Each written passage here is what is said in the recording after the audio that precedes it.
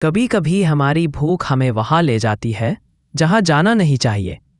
एक छोटी सी गली में एक मोमो वाला ठेला, और उसके पीछे छिपा है एक ऐसा राज जो आपकी रूह तक कंपा देगा। ये कहानी है मोमो वाले की, लेकिन ये मोमो आपके शरीर को नहीं, आपकी आत्मा को निगल जाते हैं। तो चलिए शुरू करते हैं आज की डरावनी कहानी। रोहित एक साधारण लड़का था। एक छोटे से गांव से पढ़ाई पूरी करके नौकरी की तलाश में शहर आया था।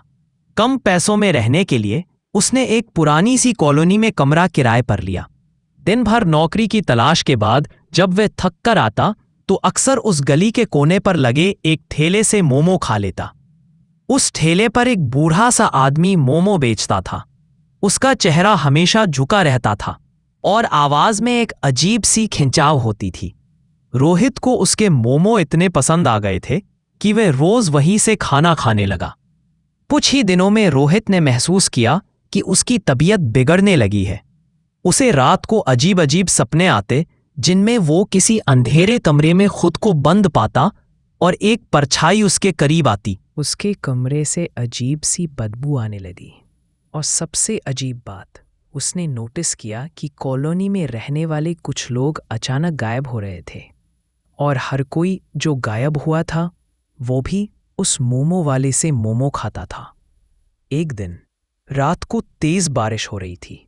रोहित घर लौट रहा था तो उसने देखा कि वो मोमो वाला अपनी दुकान समेटने के बाद पास ही बने एक पुराने खंडहर की ओर जा रहा है।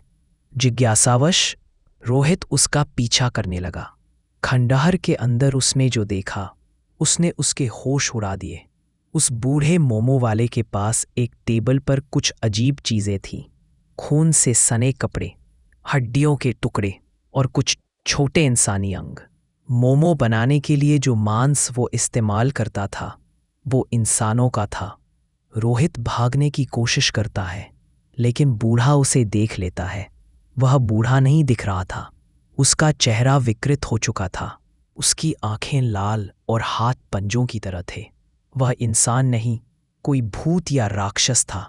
वो बोला, अब तू भी बन जाएगा मेरे मोमो का हिस्सा।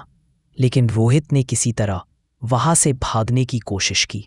वो गिरता है, लड़खड़ाता है, लेकिन आखिर अगले दिन रोहित पुलिस को लेकर उस खंडहर में गया। लेकिन वहां ना वो मोमो वाला था, ना ही कोई सबूत। पुलिस ने कहा, इस जगह को तो कई सालों से बंद किया गया है, यहां कोई नहीं आता। रोहित चुप रहा, लेकिन उसने कभी फिर मोमो को हाथ नहीं लगाया। कहते हैं आज भी उस शहर की कुछ गलियों में देर रात एक बूढ़ा मोमो वाला दिखाई देता है। वो मुफ्त में मोमो खिलाता है, लेकिन जो खा ले वो फिर कभी दिखाई नहीं देता। क्या आपने कभी सोचा है, जो स्ट्रीट फूड आप खा रहे हैं वो बना किस चीज़ का है?